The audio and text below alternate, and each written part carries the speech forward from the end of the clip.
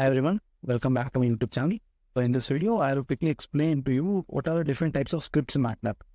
So I'll explain everything with an example. So let's get started.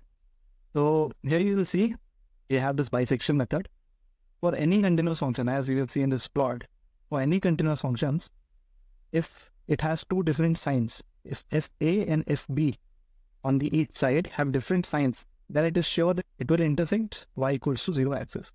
So fx equals to 0 will have at least one solution. So now we want to find this. So we have this mathematical problem at hand. So it is known by this bisection method name, also interval halving method, the binary search method, or the dichotomy method. So we just quickly go to the algorithm. So now what happens? We have this input function f, supposing it is a continuous function. Endpoint values are given a and b, and a tolerance is given. Also, the maximum number of iterations n max is given. Condition is a has to be less than b. Now, if either f of a is negative and f of b is positive, this means they have opposite signs, or f of a is greater than 0 and f of b is less than 0, or again they have opposite signs. This means that it will have a root in between. So our goal is to find that root. So we want to find c, for which f of c is equals to 0. So this is the algorithm. While n is less than or equals to n max, do find c, the new midpoint. And then if f of c is 0 or b minus a by 2 is less than tolerance, it means that the values b and a are very close enough. So output c. Else, what you do, increment and then figure out which interval to take. Each interval is divided into two parts. Then this statement says how to decide which interval to take. We only want to take half interval, so we want to preserve that interval in which there is a stage of sign. If all these conditions are met and n max is over without converging to fc, then the output is method failed. Now we want to solve this problem in MATLAB. So let's get started. The first thing what we can do, we'll write the inputs a equals to minus 3, b equals to 1, and f of x I have taken as x cube. So we definitely know that x cube is 0 at x equals to 0. So a root lies at x equals to 0. And we have taken the interval such that in that interval a to b 0 lies. So we are certain to have a root here. Now this definition of f of x using this at the rate function, whenever we are defining a function, let's say we want to define a polynomial function or any mathematical function of that sort, we use this command at the rate the number of variables we want. If we had two variables, we'll write it as x, y, or three variables likewise x, y, z. So in this case, we are having only one variable, so we'll keep only x and then write x cubed. So this is the expression. So if I give fa, f in the parenthesis I am writing a, so this will calculate the function f and the value a. Similarly, fb means calculation of function f at b. Now, first step is checking for the sign. If both have same sign, then there is no guarantee of existence of roots. So first we'll multiply fa into fb. If it is greater than 0, this means both of them are of same signs, either both negative or both positive. Then it will show an error. Error is root not bracketed in the interval. Now, passing this check, now we'll calculate the midpoint. We'll calculate the midpoint c equals to a plus b by 2. Now at c, we'll check. If at c, fc is 0, fc is function calculated at value c. If fc is 0, that means we have found the root. Then we'll set a equals to c and b equals to c and then return.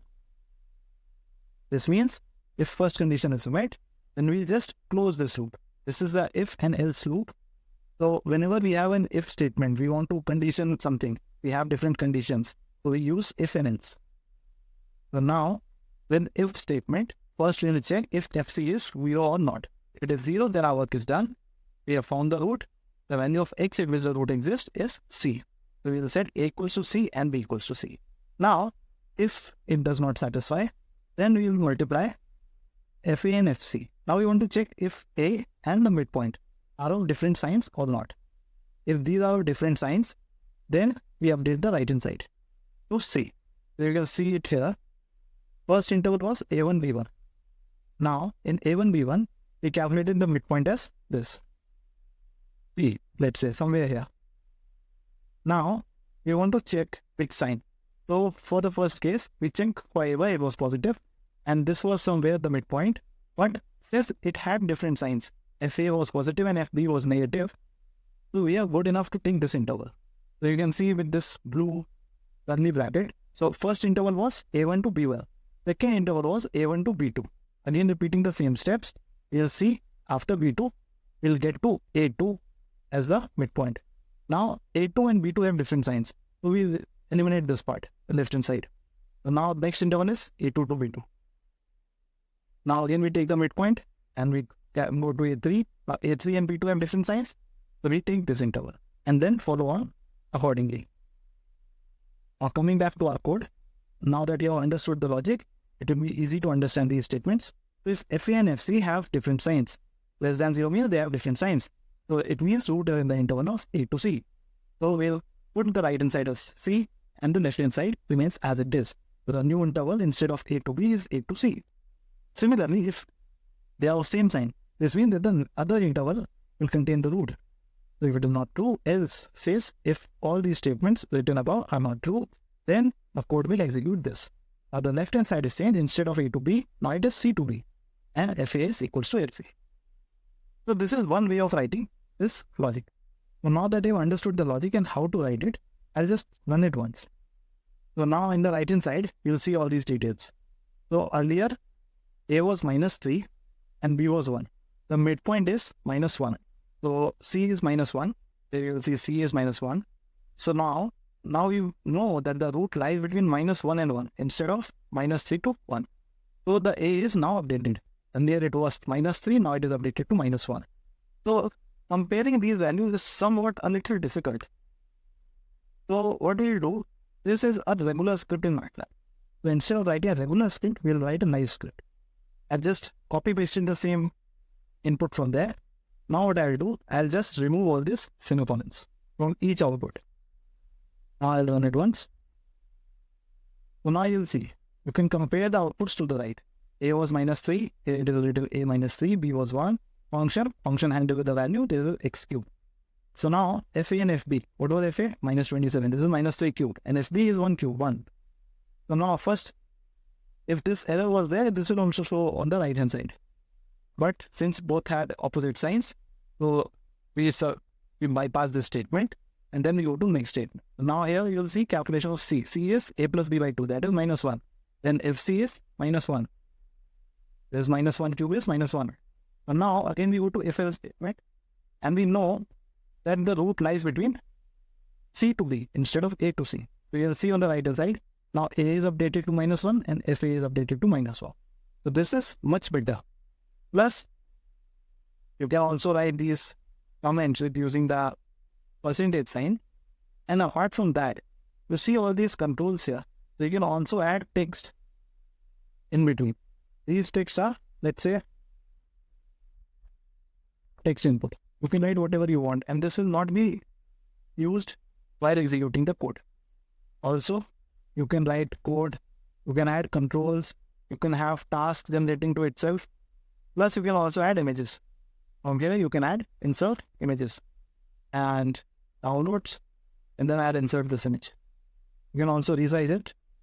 Now, after resizing it, you can understand the logic behind it. By seeing this figure, a picture says 1,000 words. So you can quickly understand what the algorithm is about. Plus, you can also add an hyperlink. If you click here, we are going to reach bisection method. So these all things you can do it in live editor while you are unable to do it in normal script. So whenever you are writing script, it's always preferred you work in live scripts. So you can explore all the other options here in the live editor. Although the live script is very effective in analyzing the data, but still this loop was written only once. So it only did one step of calculations. But it may happen that the root lies to more than one steps. So what we'll do, we'll create a function out of it. So again, we'll copy paste all these things and make a function. This is how you create a function. This is the function name, bracket root bisection 1. And after this, the parenthesis, you have the inputs. How many inputs you want? F, A and B. F is the function, A is the left hand limit, and B is the right hand limit. And what are the outputs that you want? Output that you want is A, B. These are the new updated intervals. So now what will happen? We have just copy pasted the same code and then concluded it with an end symbol. So now it is a function that takes in the input function, the left hand limit, the right hand limit, and gives us the new updated limit after one step. So this can be reused multiple times. So one thing to note here is earlier the files, the first script and the second live script, we could save with whatever name we desire, test1, test2.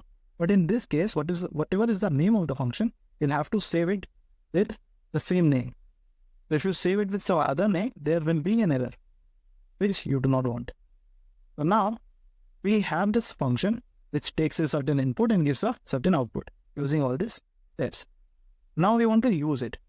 Now what we want to do? We want to use it multiple times. We want to create a loop so that given a certain start point, it converges to a certain value. So now these are the inputs. We had the left hand limit, the right hand limit. Now one more thing we have added, that is tolerance.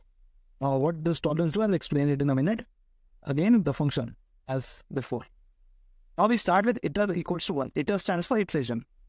And now we use a while loop. We say while absolute of a minus b by 2 is greater than tol. This means that if a and b are not close enough, it is greater than tol, then we use this function. And we have seen when we were defining this function, if the root was found, we substituted a and b with c. So either we go to a root or we go to a close in a boundary, say that the root is in between this range and that range is very small. That is defined by this tolerance. So we say a minus b by 2 is tol. So if there we define tol as 1e minus 3, so we use this function once and find the updated a and b, and then we update the iteration. We add 1 to the step. So we say that first iteration is over, and then when we will come back to this loop, the iteration would have increased. Now, again, after doing this iteration, we again do a check. If the absolute value of a minus b by 2 is less than or equals to tol, then the root is set to a plus b by 2. That is the mean of the two. If a and b were the same values, then the average will also be the same value. So now what I'll do, I'll just run this once. We say at the iteration 1, a was minus 1 and b was 1. This is the after first step. Initially a was minus 3 and b was 1, but now it is a is minus 1, b is 1. This is the new updated interval. Then after iteration 2, the midpoint was 0, and this was actually the root of, so the root was a plus b by 2. So it took 2 iterations to calculate the root, and here root is displayed, that is 0. So to make things clear, I just written this statement before. So first it will say what iteration it is at, and then it will give the output. So initially there was no iterations. Then what we did, first iteration, and there was this output y and minus 1. Then after iteration 2, the output was 0, 0, and this concluded. Now if I change these values, if I said it to be minus 4 and here it to be 3, then you will see there are more number of iterations. The final number of iteration was 12. Now the root is again e to the power minus 4, that is very close to 0. So that's why this tolerance is given. Because if I increase the tolerance, then the number of iterations will increase. Although we converge to the solution very fast, see, after the 10th step, we were close enough to the 0 up till third decimal places. We have to choose these parameters very carefully. Now, once you are done, now you have checked all the outputs, everything is working fine. So ideally what you want, now you want to convert it into a script. You will just copy it once and then convert it into a script. And add semicolons after each output. That is very necessary. Now I'll just clean all the variables. Here the command window, and then I'll run this once. So now you'll see final name is running, and the answer is this, the root. You'll see in the workspace that root is 0. So in this video, we analyzed different types of scripts, the use of different types of scripts, and the advantages and disadvantages of using each of them. So best practice is to make small reusable functions in scripts and then append it into a live script. While you are practicing or analyzing your code, then it makes it very clear and understandable. Intuitively, you can decide where your code is going wrong. Once all these things are done, you convert that live script into a normal script. So I hope this video gives you a brief idea about different types of scripts and functions used in MATLAB. In the next video, I'll cover all the operations that we can do on arrays in MATLAB. So please stay tuned, and I hope you learned something today.